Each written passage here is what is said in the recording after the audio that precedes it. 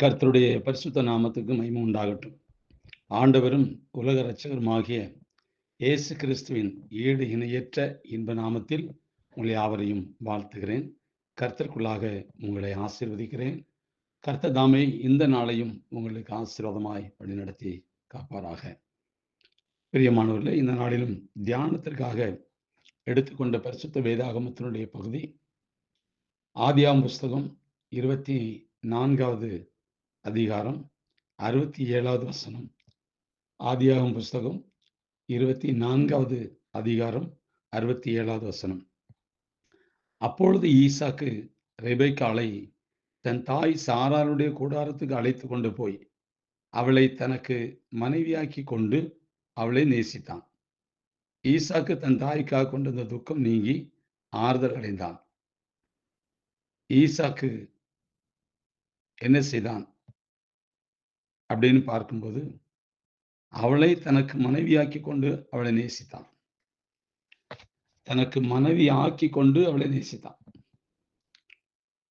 ஒரு வாலிபன் ஒரு பெண்ணோடு பல ஆண்டுகளாக பழகி இறுதியில் திருமணம் செய்தான்.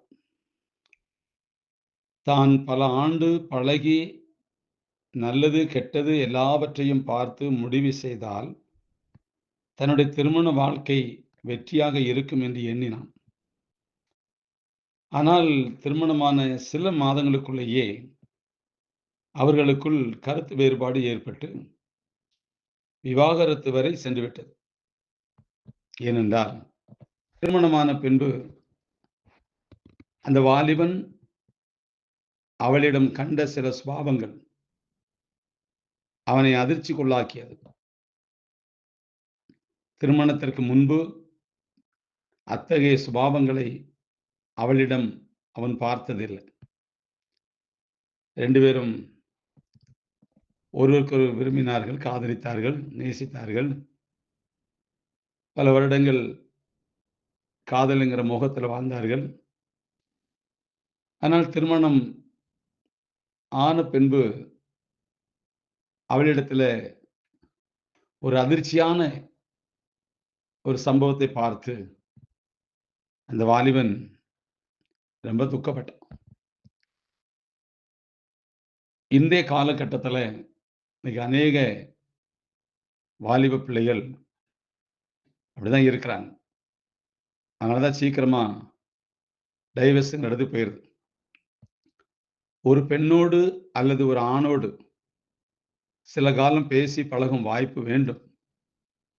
அப்போதுதான் அந்த நபர் தன்னுடைய வாழ்க்கை துணைவராவதற்கு தகுதியானவரா என்பதை அறிய முடியும்.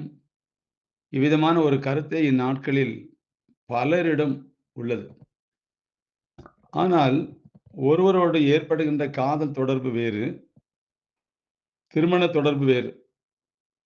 காதலர்களாக பழகி வாழும் காலங்களில் உண்மையான சூழ்நிலைகளை அறிய முடியாது. கணவன் மனைவியாக வாழ ஆரம்பித்த பின்புதான் உண்மை சுபாவங்களை ஒருவருக்கொரு காண முடியும். எனவேதான் காதலர்களாக பல ஆண்டுகள் பிரச்சனையின்றி பழகும் வாய்ப்புகள் உண்டு. திருமணமாகிவிட்டாலே சில ஆண்டுகள் கூட சேர்ந்து வாழ இயலாமல் போய்விடுகிறார்கள். எனவே திருமணத்திற்கு முன்பே பேசி பழகி வாழ்வதுதான் முடிவு செய்ய வேண்டும் என்ற கருத்து தவறானது. அது சரியானதல்ல. ஒருவர் அண்டர்ஸ்டாண்ட் பண்ணணும், ஒருவரை புரிஞ்சுக்கிடணும், ஒருவரை சிநேகிக்கணும், ஒருவருக்கு ஒரு அப்படி இப்படின்னு பல வருஷங்கள் பழகினாதான் அது எல்லாம் கரெக்டாக இருக்கும், அப்போதான் குடும்பம் நடத்த முடியும் அப்படிங்கிற எண்ணங்கள் இன்னைக்கு எல்லா வாலிபருடைய சிந்தையிலும், வாலிப பெண்ணினுடைய சிந்தையிலும் உட்கார்ந்துருக்கு. அதனாலதான் இன்னைக்கு ரொம்ப குடும்பங்கள் சீரழியுது. அநேகருடைய வாழ்க்கை துணைகள் வேதனைப்பட்டு விலகுது. ஆனால் அது தவறு.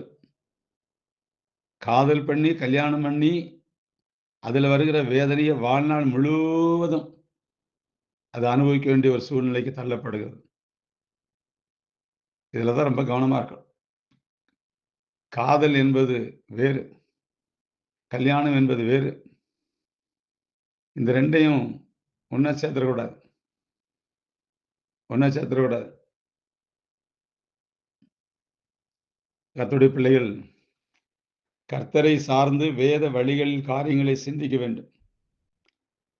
தேவன் தங்களுக்கு தகுதியான வாழ்க்கை துணையை அமைத்திட உதவி செய்யும்படி நாம் தேவனிடத்தில ஜெபிக்க வேண்டும். பல ஆண்டுகள் பழகி திருமணம் செய்யலாம். எந்தவித முன் தொடர்புகளும் இல்லாமல் திருமணம் செய்யலாம். 2லும் திருமணமான பின்னரே ஒருவருடைய உண்மையான இருதயத்தை இன்னொருவர் அறிய வாய்ப்புகள் அதிகம் கிடைக்கும். கர்த்தர் மேல் நம்பிக்கை வைத்து கர்த்தருக்கேற்ற சரியான வழிகளில் வாழ்க்கை துணை தேடுவதே ஏற்கத்தக்கதாகும். அன்பார்ந்தவர்களே, இந்த வாழ்க்கையை நாம் சற்று யோசிக்கணும், சிந்திக்கணும். அந்த நாட்கள்ல பெரியவர்கள் ஒரு மணவாளனுக்கு ஒரு மணவாட்டியை தேடி, பெரியவர்கள் அதை பார்த்து, அதை சந்தோஷமாக இந்த வாலிபனுக்கு திருமணம் பண்ணி வைப்பார்கள். அது பெரியவங்களால் ஏற்படுத்தப்பட்டது, தேவனால் ஏற்பட்டது என்று சொல்லி, அதை சந்தோஷமா ஏற்றுக்கொண்டு வாழ்க்கையை நடத்துவார்கள். அந்த வாழ்க்கையிலும் சின்ன சின்ன சில பிரச்சனைகள் இருக்கும். ஆனா, அத பெருசுபடுத்த மாட்டார்கள். ஏன்டா முன்பின் ஒருவரை ஒருவர் அறியாதவர்கள், இந்த காரியம் தேவனால் வந்ததுன்னு சொல்லி சந்தோஷமா ஏற்றுக்கொள்கிறதுனால, அதுல எவ்வளவு பிரச்சனைகள் வந்தாலும், அது கடைசி வரை அந்த குடும்ப வாழ்க்கையை இழுத்துக் கொண்டு போவார்கள். சமாளிப்பார்கள், அட்ஜஸ்ட் பண்ணுவார்கள், ஒருவருக்கு ஒருவர் தாங்குவார்கள். ஒருவர் குறைகளை ஒருவர் சொல்லி அதில மன்னிப்பு எடுப்பார்கள். சின்ன பிரச்சனை இருந்தாலும் சாரி அப்படிங்கிற வார்த்தை வரும். தெரியாம செஞ்சுட்டேன், தெரியாம பேசிட்டேன். அது ஒருவருக்கு ஒருவர் நடக்கும். ஆனா, காதல் பண்ணி பல ஆண்டுகள் உல்லாசமாக சுற்றி, ஜாலியா அலைந்து, அப்படி ஒரு நேசத்தன்மையில கல்யாணம் முடிக்கிற அத்தனை கல்யாணத்திலும் நிச்சயமாக வேதனைகள் உண்டு, வேதனைகள் உண்டு, வேதனைகள் உண்டு. அது நிக்காது. அது என்னைக்காவது ஒரு நாள் பிரிஞ்சு போகும். என்னைக்காவது ஒரு நாள் எடுத்துட்டு போயிரும். என்னைக்காவது ஒரு நாள் துக்கத்துக்கு நேரா திருப்பி விட்டுரும். ஆனா அதே கல்யாணம் தேவனை சார்ந்து ஒவ்வொரு நாளும் கடந்து போகுமானால், நிச்சயமாகவே அதுல சந்தோஷம் இருக்கும். காலம் வந்ததும் கண்கள் குருடாகிவிடும். காதல் காலம் வந்ததும். இந்த காதல் ஒண்ணு இருக்கு பார்த்தீங்களா? அது கண்ண குருடாக்கி விட்டுரும். அகக்கண்ண குருடாக்கி விட்டுரும். மாம்ச கண்ணு திறந்திருக்கும். கல்யாணம் ஆனதும் கண்கள் திறந்துவிடும். காதல் வந்ததும் கண்கள் குருடாகிவிடும். கல்யாணம் ஆனதும் கண்கள் திறந்துவிடும். இது காதல் முகம். ஆனா பெரியவங்க இது அப்படி இல்ல. அது தேவ சித்தத்தின்படி அது மறைவாய் இருக்கும். அத பார்க்க முடியாது. அத பேச முடியாது. பல ஆண்டுகள் ஊர் வர முடியாது, சுத்த முடியாது. அது பெரியவர்களால் ஏற்படுத்தப்பட்டது.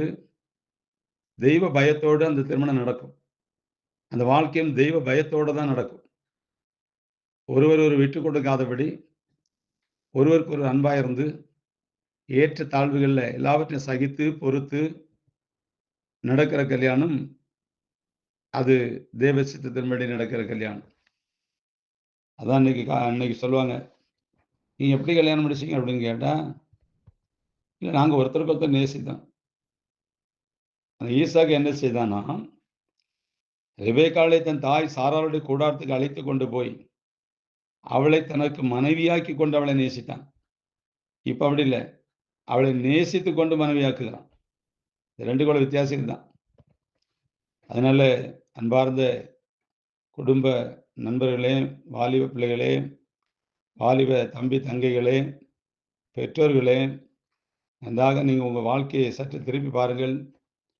திருமணமானவர்கள் திரும்பி பாருங்கள். திருமணம் ஆகாதவர்கள் மனம் திரும்பி வாழுங்கள். அதான் ரொம்ப முக்கியம். அதனால பிரியமானவர்களே, உங்கள் வாழ்க்கை துணையை கர்த்தரோடு இருந்து, கர்த்தர் உங்களுக்கு வெளிப்படுத்தி, அதில திருமணம் பண்ணி நீங்கள் வாழ்வீர்களானால், அது மெய்யான சந்தோஷம், மகிழ்ச்சி, சமாதானம், அன்பின் கயிறால கட்டப்பட்டு வாழ்வீர்கள். இல்லன்னா பார்த்தோம், எடுத்தோம், கவுத்தோம் அப்படின்னு ஆயிரும். அப்படி இருக்கக்கூடாது. வாழ்க்கை என்பது ஒரு முறை தான் வாழ முடியும். மனைவிங்கிறது ஒரு முறை தான் வாழ்க்கையில அமையும். கணவனும் ஒரு முறை தான் அமையும். இந்த ஒரு முறையே சரியாக பயன்படுத்திக் கொண்டு போணும். இடையில 1000 பிசாசு வரும். என்ன அது சோதனை காலம்னு நெனச்சுக்கிடணும். அது வேணுக்குன்னே செய்றதில்ல. அது சூழ்நிலையில தள்ளப்படுறது. அதில தன்னை உணராம மதியீனமா அதில தள்ளப்பட்டு வாழ்க்கையில போறது நெறைய இருக்கு. அதனால அப்படிப்பட்ட வாழ்க்கை திரும்ப மனம் திரும்பி வரும்போது, அது சந்தோஷம், மகிழ்ச்சி இருக்கும். ஆனால் ஒருவனுக்கு ஒருத்தி, ஒருத்திக்கு ஒருவன் என்கிறது தான் திருமண வாழ்க்கை. இதை நாம் உணர்வோம்.